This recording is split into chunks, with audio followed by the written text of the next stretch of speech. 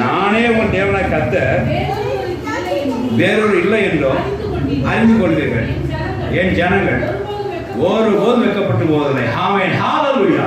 தேவனுக்கு ஸ்தோத்திரம், மகிமை உண்டாதாக. என் ஜனங்கள் ஒருபோதும் வெட்கப்பட்டு போவதில்லை என்று பசுத்தாவே நாட்கள் மத்தியிலே திருடப்பட்டுகிறார். தேவ ஜனங்கள் ஒரு நாளும் என்ன செய்வதில்லை, வெட்கப்பட்டு போவதில்லை.